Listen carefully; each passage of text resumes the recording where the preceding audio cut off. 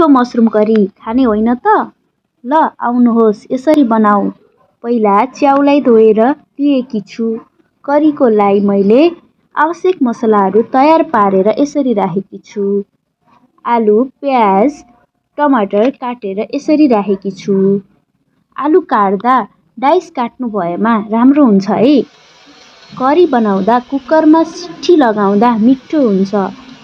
प्याज भुटिसकेपछि आलु राखेर एकछिन चलाएँ।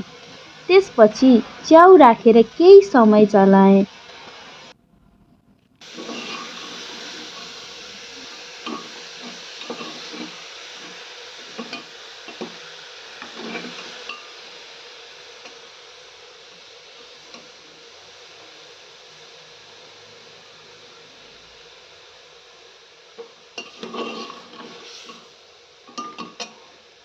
हेर्नुहोस् त, अब यो यतिको पाकिसकेको छ।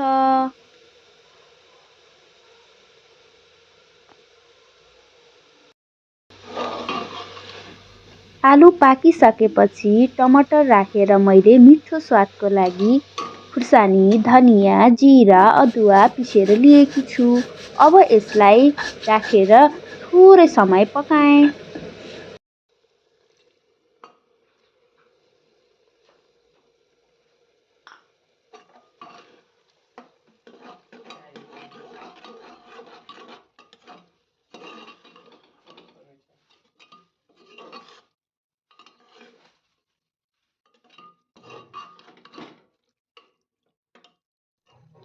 अब यो रोटी चिउरासँग खानलाई तयार भइसकेको छ। अब यसलाई 2 कचौरा पानी हाली मैले 3-4 सिटी लगाउँछु।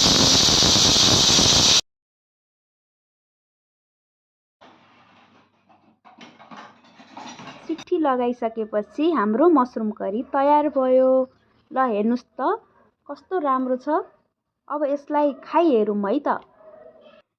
तपाईँ पनि यसै गरी मिठो मसरुम करी घरमै बनाउन सक्नुहुन्छ। धन्यवाद।